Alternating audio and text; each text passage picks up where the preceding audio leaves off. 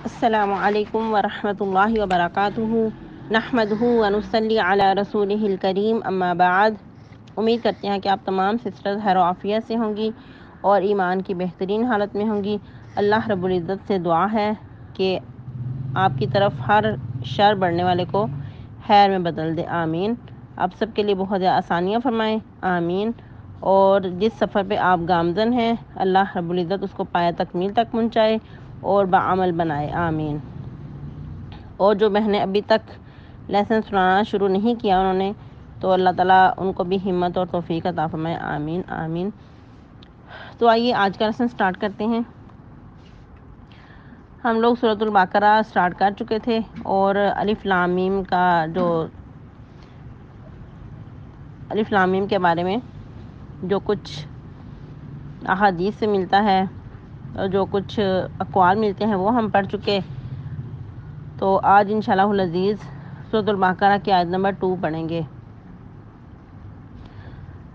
رب اشرح لی صدری ویسر لی امری واحلل عقدۃ من لسانی یفقہوا قولی اللہم بارک لنا فی اوقاتنا اللہم فقہنا فی الدین اللہم انی اسألک الہدی والتقی والعفاف والغنی اللہم الہمنی رشدی واعذنی من شر نفسی اعوذ باللہ من الشیطان الرجیم بسم اللہ الرحمن الرحیم ذالک الکتاب لا ریب فیہ ھدی للمتقین۔ ذالک یہ، الکتاب وہ کتاب ہے، لا ریبہ نہیں شک، فیہ اس میں، ھدی ہدایت ہے، للمتقین متقین کے لیے۔ ذالک یہ، الکتاب وہ کتاب ہے۔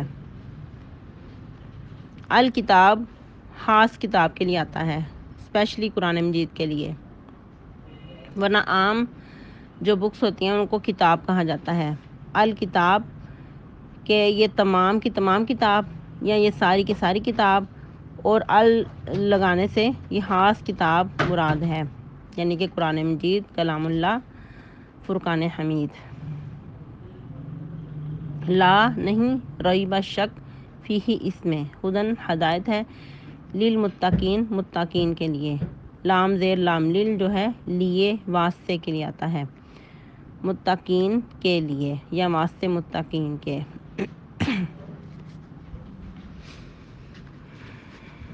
تو دیکھیں کتنا خوبصورت انداز ہے اللہ رب العزت کا کہ سٹارٹ میں ہی اللہ تعالیٰ فرما رہے ہیں کہ اے مخاطب، اے پڑھنے والے، اے اس کو لینے والے، اس پہ عمل کرنے والے، اس کتاب کو بغیر کسی شک شبہ کے لے، بغیر کسی تردد کے لو، کیونکہ اس میں کسی قسم کا بھی کوئی شک نہیں، کوئی ابہام نہیں، کوئی اضطراری کیفیت نہیں، بلکہ کیا ہے، یہ اللہ رب العزت کی طرف سے ہے اور متقین کے لیے ہدایت ہے۔ یہ ایسی کتاب ہے کہ اس میں کسی قسم کا بھی شک نہیں ہے۔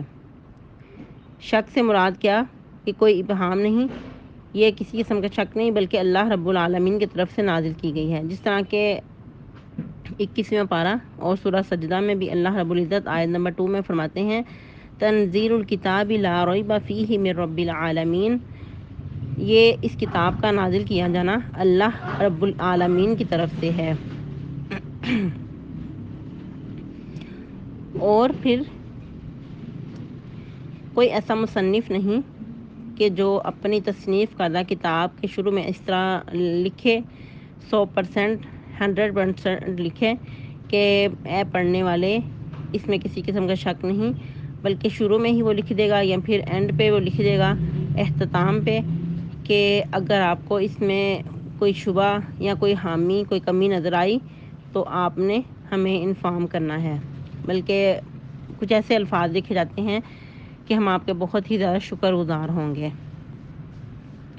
تو یہ قرآن مجید اللہ رب العزت کا ایسا کلام ہے کہ اس کے شروع میں ہی اللہ رب العزت فرما رہے ہیں کہ اس میں کسی قسم کا بھی شک نہیں ہے، کوئی کسی قسم کی کمی نہیں ہے، یہ پرفیکٹ کتاب ہے، اور جو بھی اس کو لے گا تو ہدایت سے لبریز ہو جائے گا۔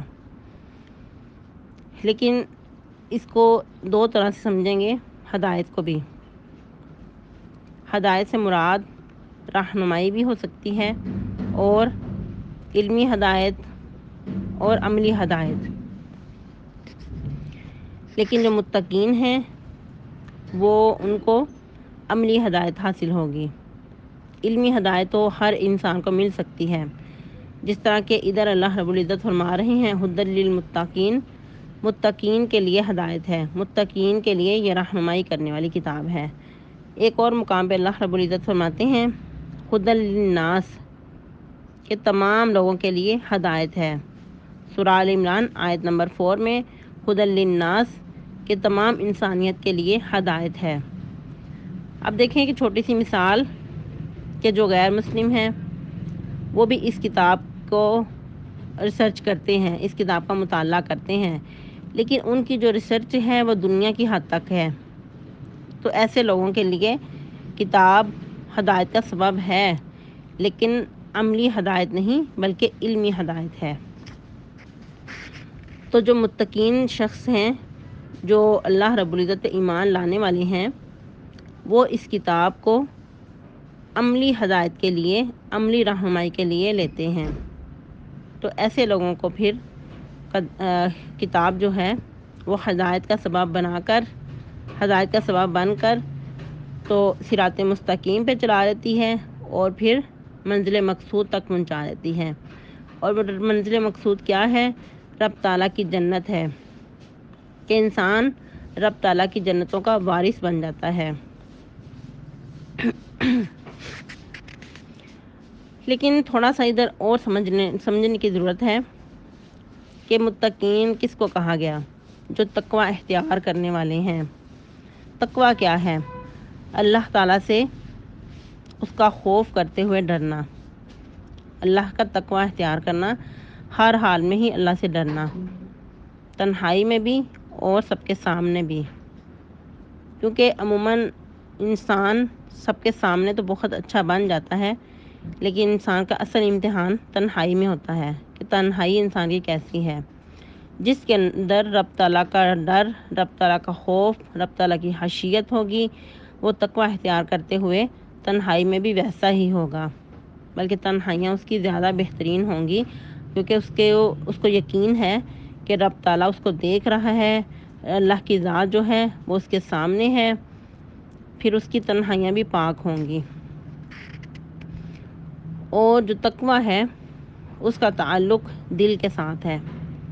تقوی ایسی چیز نہیں کہ انسان کوئی ایسا لبادہ اوڑھ لے، کوئی ایسا لباس پہن لے، یا کوئی ایسا کھانا کھائے تو پھر ہی تقوی جھلکے گا، بلکہ تقوی جو ہے وہ دل کے اندر ہے۔ دل کے اندر جب خشیت الہی ہوگی تو پھر وہ ٹپک کر انسان کے باہر بھی آئے گی، پھر انسان کے چال ڈال میں، انسان کے عمل میں، ہر موقع پہ انسان سے تقوی جھلک رہا ہوگا، خشیت الہی نظر آ رہی ہوگی۔ وہ سب کے سامنے بھی ویسا ہوگا اور تنہائی میں بھی ویسا ہی ہوگا۔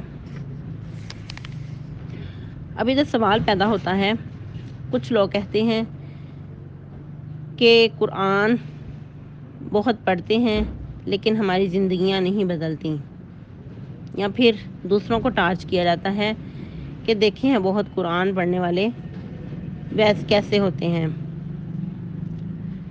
یہ اس میں قرآن کا قصور نہیں، کمی ہمارے اندر ہوتی ہے، کمی انسانوں کے اندر ہوتی ہے کہ انہوں نے قرآن تو پڑھ لیا، قرآن کا علم حاصل کر لیا، لیکن اس کو اپنی عملی زندگی میں نہ ڈالا۔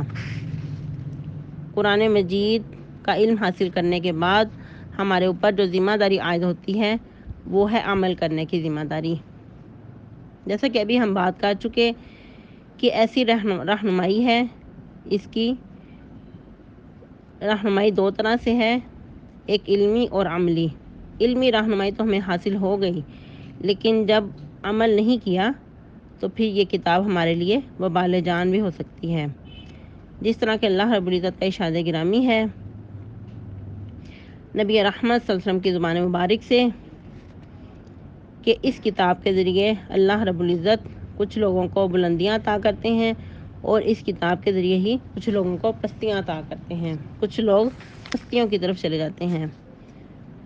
تو جب اس کتاب کا علم حاصل کر لیا اور پھر عمل نہ کیا تو ظاہری بات ہے انسان پھر پستیوں کی طرف چلا جاتا ہے، انسان پھر پستیوں کی دلدل میں پھنس جاتا ہے۔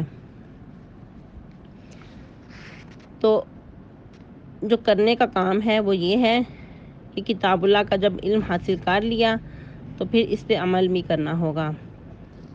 اب چھوٹی سی مثال کہ معالج، انسان کسی معالج کے پاس جاتا ہے، کسی ڈاکٹر، کسی حکیم، کسی طبیب کے پاس جاتا ہے تو وہ طبیب جو ہے، معالج جو ہے، وہ اس کو دوائی دیتا ہے، دوائی دینے کے ساتھ ساتھ پرہیز بھی بتاتا ہے کہ تم نے یہ دوائی کھانی ہے اور کھٹی اور ٹھنڈی چیزوں سے بچنا ہے، یا پھر یہ بھی چیز ساتھ کھانی ہے، غذا لینی ہے۔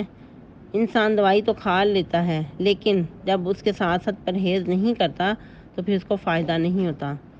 پھر بعض اوقات کچھ لوگ معالج کو بلیم کرتے ہیں، اس وقت حالانکہ کمی انسان کے اپنے اندر ہوتی ہے، جو مریض ہے اس کے اندر کمی ہے، اس نے صحیح طرح سے علاج نہیں کیا، طبیب کے بتائے ہوئے نسخے کو نہیں اپنایا بلکہ اپنی منمانی کی، اپنی مرضی کی، تو پھر اس کو شفا حاصل نہیں ہوئی۔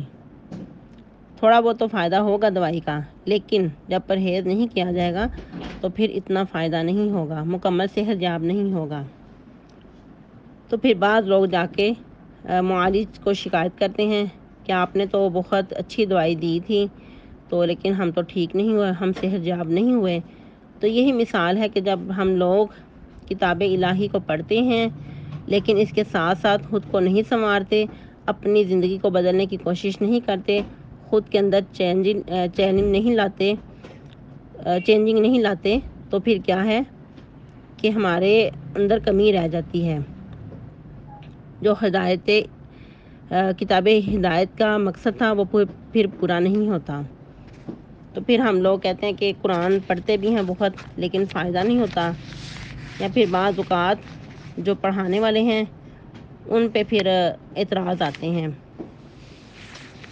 تو ہر انسان کو اپنے گریبان میں جھانکنا ہوگا کہ میں نے پڑھنے میں کمی کہاں کی اور پھر عمل کرنے میں کہاں کمی کی۔ تو آج کا ہمارا جو ٹارگٹ ہے وہ یہی ہے کہ ہم لوگوں نے کتاب پڑھنی ہے، قرآن مجید، فرقان حمید کو لینا ہے اور اس کے ساتھ ساتھ عمل بھی کرنا ہے۔ جیسا کہ بتایا گیا، ہدایت ہے للمتقین، متقین کے لیے۔ تو متقین بننے کے لیے اپنے اندر سے جو خرابیاں ہیں، جو کمیاں ہیں وہ نکالنی ہوں گی، جو غلط عادات ہیں، جو بہت عرصے سے پروان چڑھی ہوئی ہیں، ان کو ختم کرنا ہوگا۔ تو یہ ایسے ہی جلدی نہیں ختم ہو جاتی، ان کے لیے ایفرٹ لگانی پڑتی ہے، ان کے لیے اب خود کو قربانی کی سطح پہ لے کے جانا پڑتا ہے اور اپنا آپ انسان کو مارنا پڑتا ہے، نفس کے ساتھ جہاد کرنا ہوتا ہے۔ تو آج سے انشاءاللہ ہم لوگوں نے عہد کرنا ہے کہ اللہ رب العزت نے ہمیں اس کتاب کے لیے نوازا ہے تو ہم لوگوں نے اس کا حق ادا کرنے کی کوشش کرنی ہے۔ حق تبھی ادا ہوگا کہ جب ہم اس پہ عمل بھی کریں گے۔